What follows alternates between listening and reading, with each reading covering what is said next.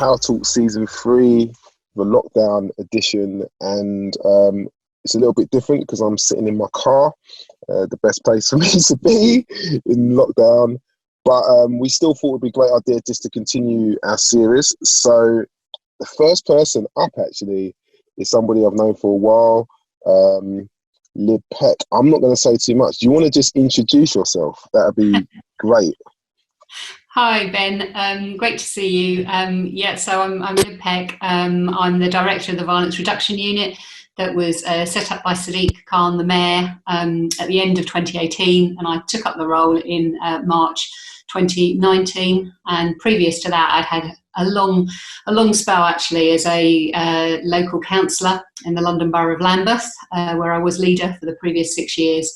And prior to that, I'd worked in quite a lot of NGOs, focusing on either crime-related, violence-related, or justice-related themes.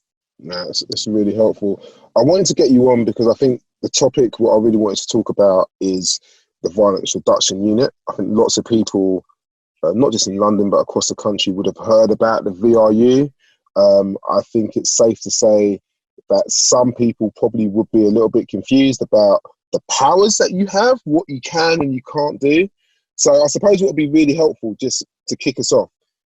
If you could just explain what the purpose of the VRU is, obviously in the London context, but across the country, and how it's set up and what it's about, and that'd be really helpful. Okay, sure, Ben. Yeah, I'll have a go.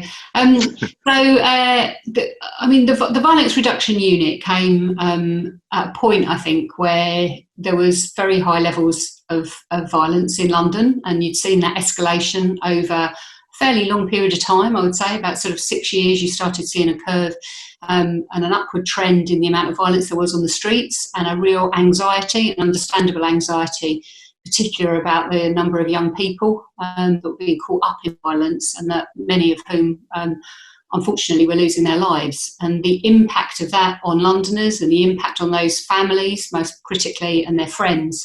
And I think a sense that what we've been trying to do for a long time wasn't working, and that therefore we needed a kind of new approach. And it was in that spirit that Sadiq set up the Violence Reduction Unit. He did so not only to look at reducing violence, which is obviously what it says, in its name, but something a bit more profound, I think, which was to look at how you could increase Londoners' feelings of safety, which is really important, I think, and even more critically, to say that not the answers don't sit in City Hall, the answers don't sit with public sector organisations, although they can be a lot better joined up. They actually very often sit with young people who we don't spend enough time listening to, and communities who are very caught up in the experience of what's going on in their neighbourhoods, and how can we enable those young people to have stronger voices, how can we frame our work around that, and how can we really try and work alongside and collaboratively with communities. So that was the kind of approach that was taken, and within that I think it was really clear that it started off as a partnership approach. Yep. And before I came into position, there was a whole group of people who were assembled around a partnership reference group, of which you will be one key member, Ben, which represented, I suppose, some of the heads of big public sector organisations that you need to be all working together. So the NHS, the police, local authorities, local councils, as well as a strong voice, I think, from a variety of community organisations, some of whom are London players, some of whom play a bit more of a strong role within their local neighbourhoods, such as yourself, Ben. And it was sort of working with them that the sort of terms of reference, the kind of powers that we might have, the approach that we're going to take was really shaped up, as well as learning a lot from things that were going on elsewhere, and Scotland being a key part of that. So that's really helpful. There's a couple of things you mentioned there. I suppose I just want to draw in a little bit. So the powers, the actual specific powers which VRU have, because I think part of the confusion, this is, I think, just across in communities and society, is there's so much confusion around what the Home Office can do, what Sadiq Khan can do himself as Mayor of London, And now we've just introduced the concept of the violence reduction unit. So just give us, in as simple form as you can, what powers does the VRU actually have, particularly in the context of violence and I suppose youth violence specifically? Well, the powers we have come from the mayor.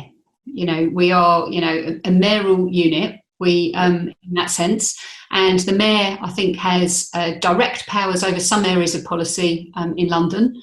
He clearly works closely with and puts the Met Police under scrutiny. That's kind of one area which is very directly relevant to violence reduction. But he also has powers of influence.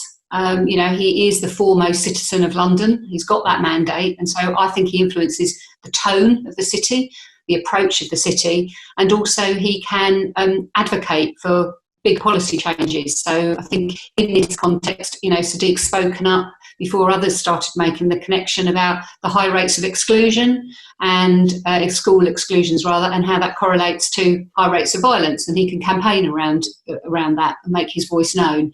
Similarly, we did a piece of work recently, and we found out that there's no compulsion legally to conducting reviews on all of the homicides that have taken place of young people. And he's been advocating very strongly to make sure that is the case, so that we make sure that we can learn from every single incident that happens. And he's got an authority when he talks, obviously, to the government about that. So I suppose he has a mix of views, some of which are his own power, some of which is his own influence. And with that influence, he can really press for policy changes. And that's the kind of model we've tried to use within the VRU. And if I could add one more to that, I suppose, it's the fact that, we have got some money. And, we have got some investment we can make to make sure that is going to the people that we think have got the good ideas, that are doing the really valuable work, and that we're enabling them further to tackle violence reduction. So with that comes some power. Yeah, that is, again, really helpful and insightful, just to get a bit of a clearer understanding of the remit. You talk about money.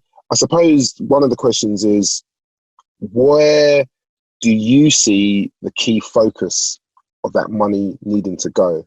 Not so much like specifics, but in terms of a broader picture of, we hear very much about the public health approach. We hear you've mentioned exclusions, for example, you've mentioned schools, but you have some money. What would you say the VRU or even the Mayor's Office has analysed as some of the key places where investment needs to be spent to try and reverse this tide of violence which we're seeing in the capital? Okay, so I think there's a lot we can do immediately, but I don't think it's a quick fix. I think we have to make the argument that there's a long-term programme to make all the approaches sustainable. I think that's really important.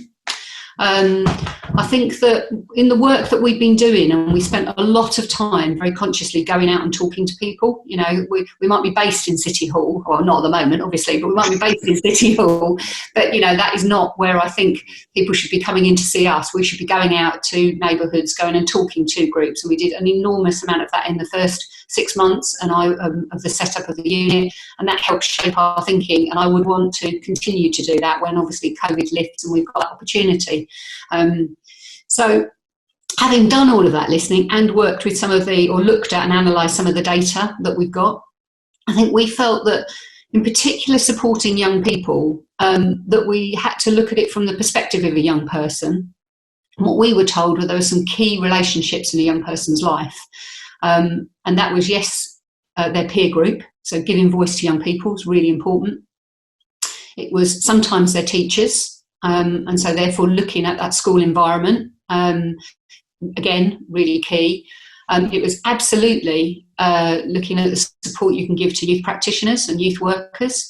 Really neglected profession, I think, over the last 10 years, but absolutely critical, and very often the key conversation that changes a young person's life, or the key piece of work that changes a young person's life. So how can we support work there? And actually parents. I know that there's a lot of research by the time young people are getting to a certain stage of adolescence. Parents are perhaps not the key people that they're listening to, but obviously in all of that early stage, it's a really, really important relationship for young people. So we've kind of framed up our funding thinking about it through the lens of a young person and their relationships, and then trying to do that through, I suppose, some of the kind of key agencies of thinking about it in terms of place. Thinking about, that within the neighbourhood context, that may be within the ward, and that may be within the local authority. And so really trying to channel money in that sense to much more of a local level. Yeah, and that's one area we framed up our strategy. Yeah. So you've got this kind of like localised approach. And that's what my experience of the VRU would be, very much, that you've got this kind of localised approach, very much specifically looking at people who are on the ground, but also when I look at some of the people around the reference group and the VRU, it's like, my goodness, you've got some really incredible kind of minds, people with some really brilliant history in this area. It's great, and it does feed into this public health approach, isn't it, which we hear a lot, which effectively is looking at violence as a disease, and then bringing a multidisciplinary, I suppose, a cross-fertilisation approach to trying to reduce violence. I suppose if there's, and you've heard me say this before, I suppose if there's a criticism, or not even a criticism, a concern, a slight worry, is the danger of maybe having a drag and drop approach or copy and paste approach from this Scottish model, which we know has been a success in terms of reducing violence since 2005, into a London context where the diversity is a bit different, the time is a little bit different, 2005 to 2020, there's a good 15 years difference there. How do we make sure that this approach is something which is very contextualised and very specific to London, and it isn't that kind of drag and drop approach from Scotland? I just know if you've got any thoughts on that, really. Yeah, I think I completely agree with the premise of the question. So a couple of months into the unit being established, we did go up to Scotland, and it was really insightful and interesting to learn some of the approaches they'd taken. And in particular, we learned, I think, a lot around how they had changed the exclusion rate in schools. So they'd seen I think it was an 81% reduction in exclusions and a corresponding 48% reduction in violence. So that's a strong message that stuck with me. And, that, I suppose what that did was make me think about the importance of that issue in a London context. But, London is a hugely complex city. You've talked about some of those big players that sit around the partnership reference group, and we haven't spoken much about those at the moment, but yeah, absolutely, you need to be mobilising health, the Met, London councils, all to be saying the same kind of thing and supporting the same kind of initiatives. So that's really, really key. But the complexity of those structures is huge. You've got 32 London councils, you've got 12 borough command units. You've got a constant reshaping and reconfiguring of what the different structures within health. As you've got the NHS, then you've got public health, you've got CCGs, all of which are, it seems to me, quite often being sort of changed in terms of levels of accountability. And so just that. And then on top of that, you've got, a 9 million population, the strength of which rests in its diversity and its strong communities, all of which can feel and are incredibly different in a very, very small geographical area, jostling with real pockets of poverty alongside, huge, huge areas of wealth. So, and I think if you're taking so I think it's very different as a place, and it's got different strengths and therefore different weaknesses.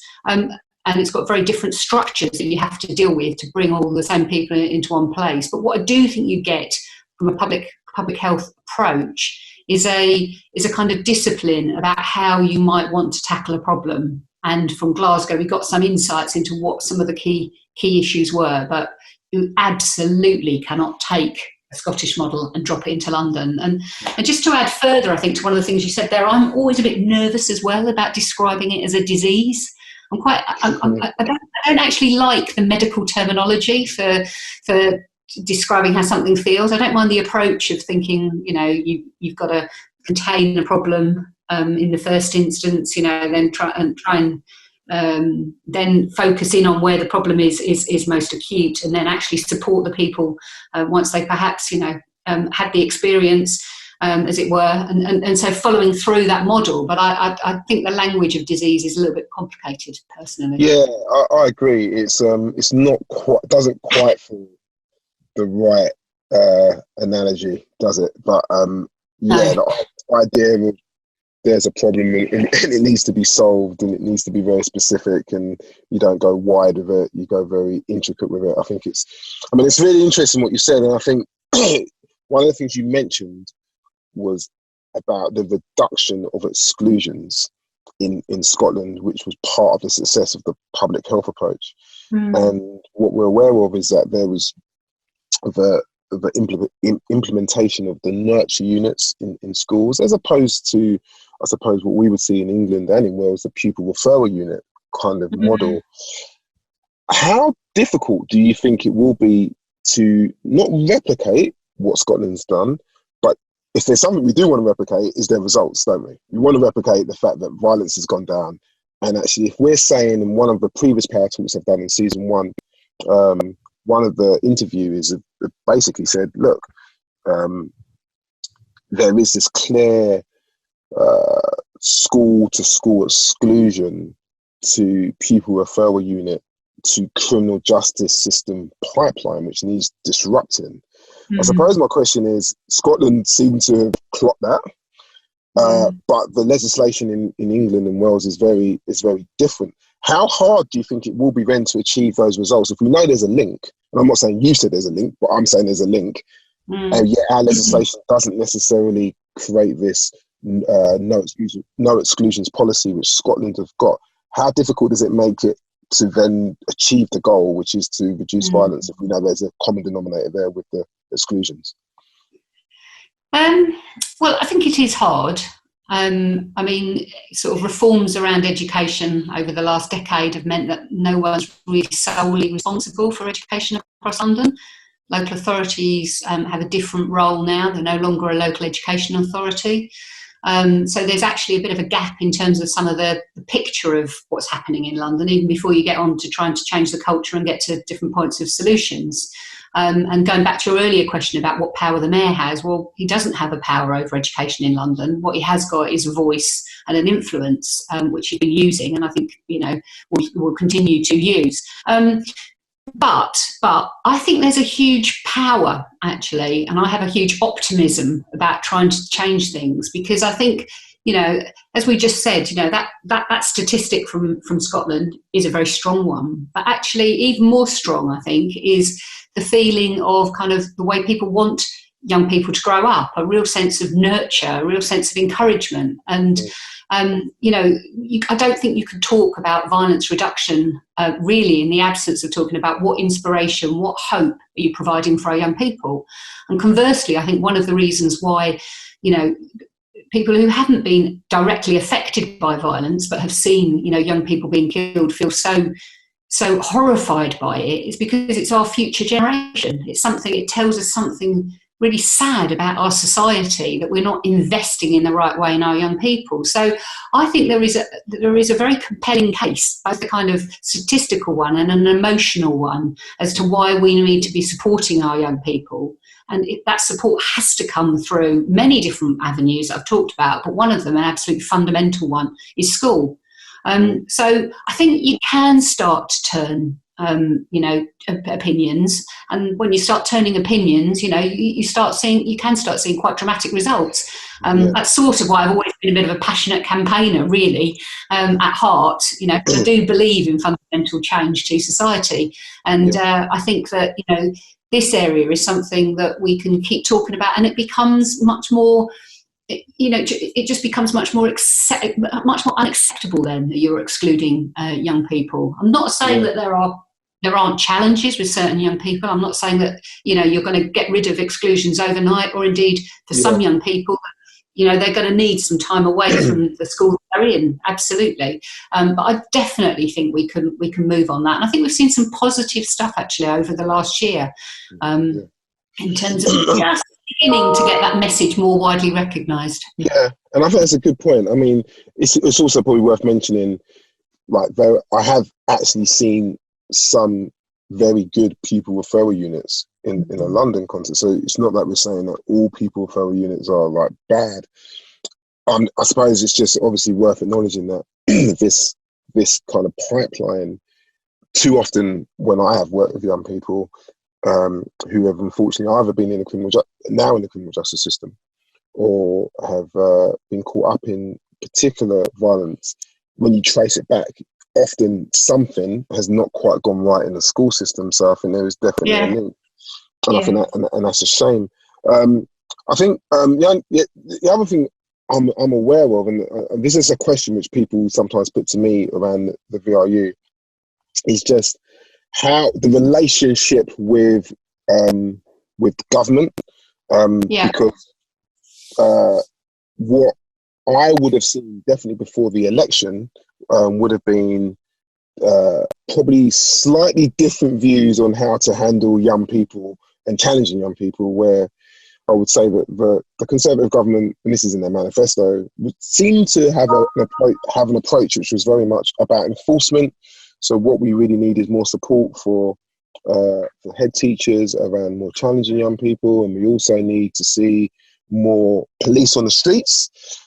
And what I would have picked up from the Labour manifesto, and definitely what comes through in the VRU, is very much like, actually, we want more therapy, more formal trauma-informed practices, more nurturing. And therefore, so do you ever sense there is this bit of a clash in philosophy, and how does that then make it tricky to get things done? Yeah, so I mean, I suppose I'd go back to my first point, is that we're a mayoral unit. Yep. I mean, after we were established at the end of 2018, and after I'd started, so about mid-2019, the Home Office then presumably had seen some of the work that had been done in the London VRU, because there weren't any others around the country at that point, and decided to set aside £35 million of the Home Office budget to enable 17 other VRUs across England and Wales to establish themselves, and gave them each a chunk of money. Now we got 7 million of that money as well, which was great. Really positive, because it added to our kind of investment. It brought a few challenges as well, don't get me wrong, but it was good to have, because there's so many good initiatives out there that you could be supporting, and it enabled us to support more.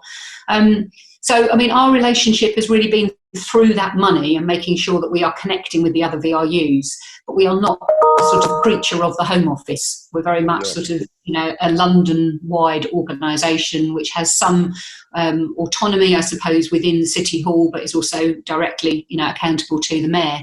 Sure.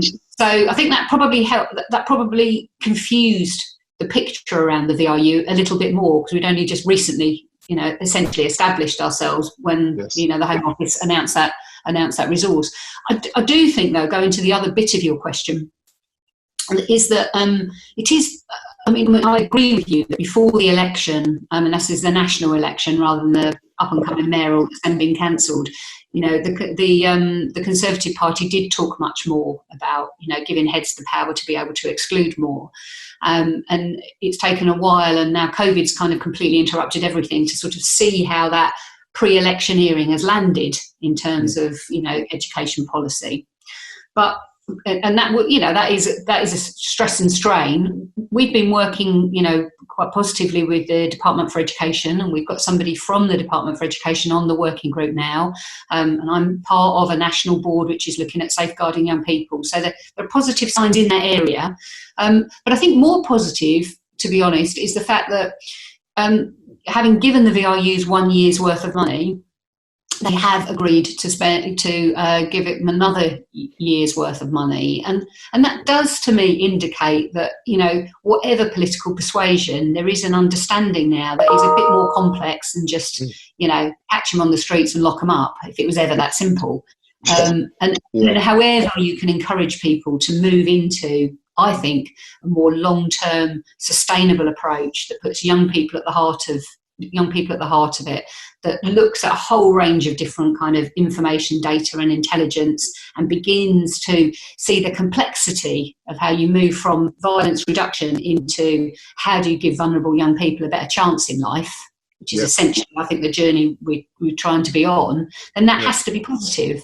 And so my sort of call would be, my challenge back to, the Home Office, which is consistent with all the other VRUs I know, would be, if you're serious about this, 1 year's funding is not enough. It needs to be looking at it in a much longer term framework. But I think there are reasons to be optimistic. And I must say, coming back to one of your other points, just because I didn't mention it and it is really important, I completely agree with you. I visited some fantastic pupil referral units in London where, at the heart of their work is providing some ambition, some aspiration and a lot of support to young people. And, so it's a complex picture.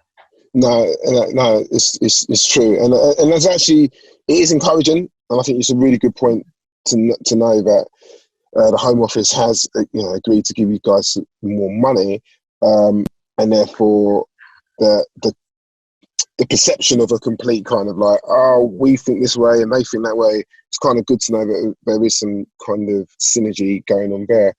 I suppose it would be silly for us to ignore the elephant in the room, which is COVID. Just to kind of be interesting, just to hear how it's impacted the Mayor's office, how it's impacted kind of the VRU's plans, but also, just how you've had to adapt, how you're engaging with young people, families, all the plans that the VRU had. Just give us a little bit of an update of how COVID as it has changed the landscape for everyone, but very specifically from a VRU perspective, what's kind of going on. Sure. It's huge, isn't it, Ben? It's kind of actually every now and again, I don't know if you're like me, a wave comes over you where you realise how, what was our reality 2 months ago, it is just so broken now. And it's going to take so long to re-establish some sense of kind of normality, I think. I know we're talking now about easing of lockdown, but even then, you can tell, there are going to be measures in place that are going to make it all feel still quite alien. One of the things that we did initially and are still doing, and obviously you've been party to, is make sure that either the organisations that are in receipt of some VRU money, or indeed organisations that we're working very closely with, such as yours, we talked to them about some of the stresses and strains they were encountering.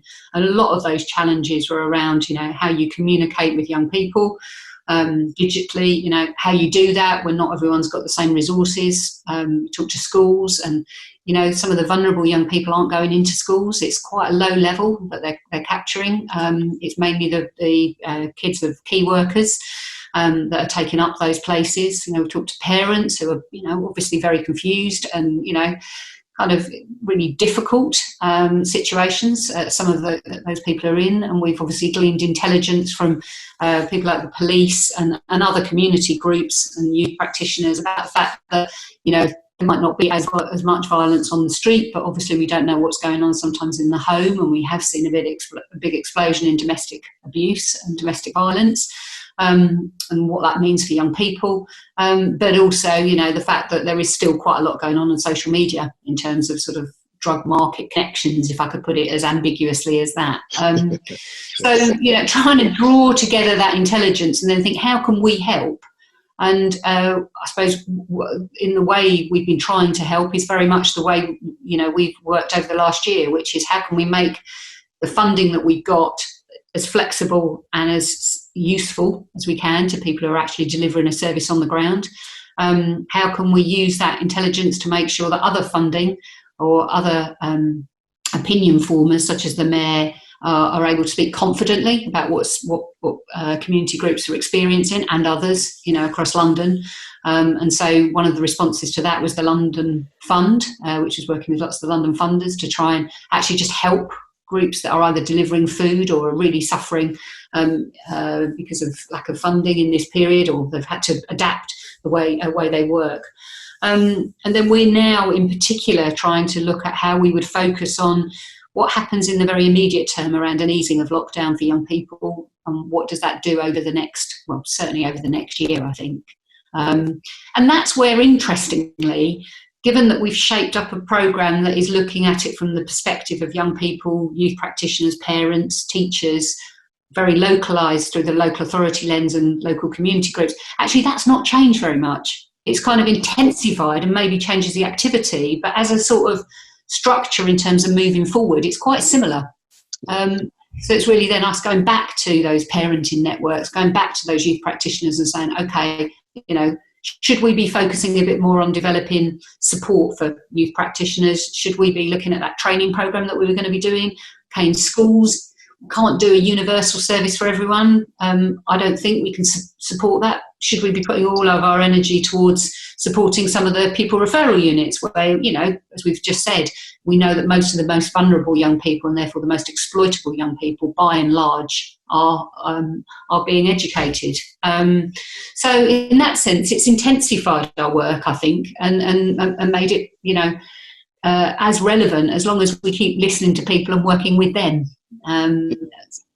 That's good. I think it's really helpful, because I think you're right. Definitely the work is intensified from our end. Sometimes I get people saying to me, "Oh, you know, he must, you know, his work kind of decreased." I'm like, "No way, it's going through the roof." So I think that is really, really helpful. Would you? I mean, what? I don't know if you I haven't given you any warning for this one, but stats wise, I mean, what type of trends are we seeing in this COVID time? So you kind of alluded to it that, well, we know, I mean, it's very public that domestic violence has kind of gone up, which I suppose, unfortunately, was probably one of the more predictable stats which we would see. I know for me personally, when it comes to youth violence, I know there was naturally, because of the self-isolation and the lockdown, it went down. Yeah. I'm having conversations with surgeons who over the last couple of weekends are seeing more knife-related incidents coming through, like their A&E. And there's a few things which I'm just seeing in the media where I'm like, oh, okay, even though it's kind of down the list because of COVID, I'm just beginning to see a few things.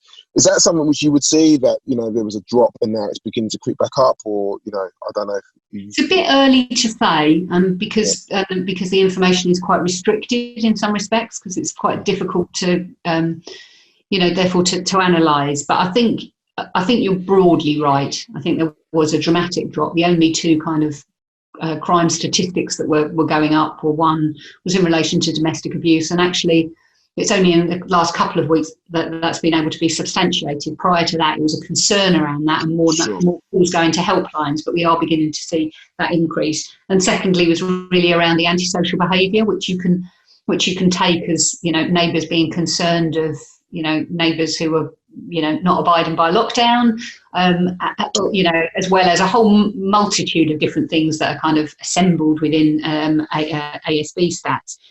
So there was a very dramatic reduction in violence in relation to young people. And there is a little bit, and it's a bit early to say, but definitely there is a little bit easing of that reduction. So it is going up a bit more. And I think, you know, you're beginning, aren't you, as well, to see, even though they haven't eased lockdown yet, there's been no announcement, you would definitely begin to see more people out and about. And so, you know, it's no big surprise in the sense that some of that's picked up. But I wouldn't overanalyze that at this stage. I mean, what I do think is really important is that we think about the level of vulnerability of some of these young people, because there'll be people before who we didn't consider necessarily vulnerable who will be now, I think, as a result of lockdown. And I think the huge amount of mental stress and strain on some young people does require us to look at a proper investment strategy around therapy and around mental health support, in the same way that we've looked at physical health support. And that's, I know, something really close to your heart, and, you know, we're doing some interesting work on a bit of that therapeutic area together, but I think that's really, really important, and that's going to be exposed. Yeah. I suppose the other thing that's hugely exposed, isn't it, as if we kind of needed it being shown anymore, but it really is. It's going back to that point that we started with, that London is a city of, sometimes two halves, and the experience of COVID has really shone a light on the inequality in the system. I feel hugely fortunate. I'm sitting in a house with a garden. I feel hugely lucky. I've got money to buy food, and I can organise my life in a way that, it's an inconvenience, but it's bearable. It's a very good point. I think you've heard me say this before. I definitely feel that with the COVID-19, people fall into two categories. You're either inconvenienced or you're suffering. I'm fortunate at the moment to be in the inconvenience category, and I think it's important to definitely remember those who are suffering in multiple ways. Just finally, you are the director of the Violence Reduction Unit for London. So I just wonder if you have a message. I mean, this is something which will be obviously go beyond London, but if you had a message for Londoners at this point, like just in this time, what would your kind of final words be? Your words of encouragement, hope, optimism. Well, you are a very optimistic person, anyway. So, but I just thought if you got some words for Londoners at this time, what would you say? Well, we are going through an extraordinary time, and it's devastating and horrible for so many. Well, for all of us actually, but acutely for some. It does give us a chance to reset and reflect and do things differently. And I suppose my hope and my sort of drive and my ambition would be that we come out of this period and that we really reevaluate the important things in life, and that we're able to provide that encouragement to young people, to provide some inspiration. And I know that's going to be hard because there's going to be a recession, and therefore opportunities are going to be much harder to come by. But I genuinely think if we're involved in reshaping our society, all of us, and that people feel they can do something and everyone can, then that in itself is inspirational. That provides opportunities for young people, and therefore the horrible spectre and experience we've seen and experienced of young people losing their lives or getting caught up tragically in violence that then shapes the rest of their life in such a negative way can be avoided. And I think that's the bit we've got to hold on to. Yes. It's all about hope, it's all about opportunity, it's all about inspiration, and it's all about providing support and compassion to one another. And this horrible disease teaches us something, it should put that in the forefront of our minds. Absolutely. Well, thank you very much for your time. It's been really helpful just to hear the work of the VRU, why it was set up, some of the positives and some of just the complexities around the unit. But it's been great just to have you on PowerTalk. Finally, it's taken a while. Going through all that red tape, but no, it's good. But thank you very much for your time. It's been really not at all. Yeah, great. Thank you very much, Ben. Lovely to talk to you as always, and a real honour to be one of your PowerTalk people. Nice one. Take care. Nice one. Thank you.